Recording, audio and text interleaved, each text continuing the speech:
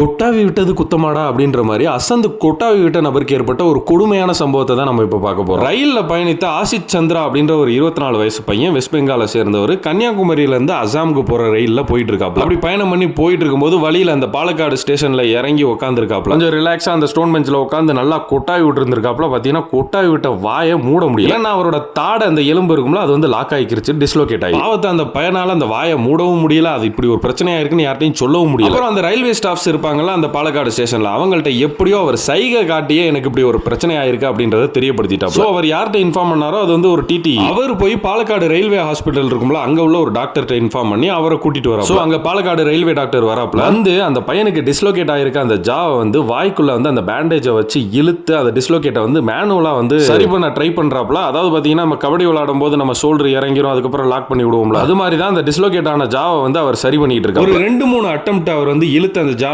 Dislocate ஆகிருக்கிறத வந்து சரி பண்ண ட்ரை பண்றப்பல ஒரு 3வது தடவையோ 4வது தடவையோ பார்த்தீங்கன்னா அந்த டிஸ்லோகேட் ஆனது சரியாயிருது. அந்த லாக்கை ரிலீஸ் பண்ணி அவர் வாய் பார்த்தீங்கன்னா அப்பதான் அந்த பையன் வந்து நிம்மதியாக அந்த வாயை மூடுறாப்ல. அதுக்கப்புறம் அந்த டாக்டர் ஜித்தின் வந்து அந்த பையன் நார்மலா இருக்காப்லையா அப்படின்றத நல்லா செக் பண்ணிட்டு அதுக்கப்புறம் தான் போறாரு. Super doctor Jitin. ஆனா இப்ப மேட்ரு என்னன்னா ஒவ்வொருத்தவனுக்கும் இனிமேல் கொட்டாய் விடும் போதெல்லாம் இதான் கண்ணு முன்னாடி வந்து போகும்.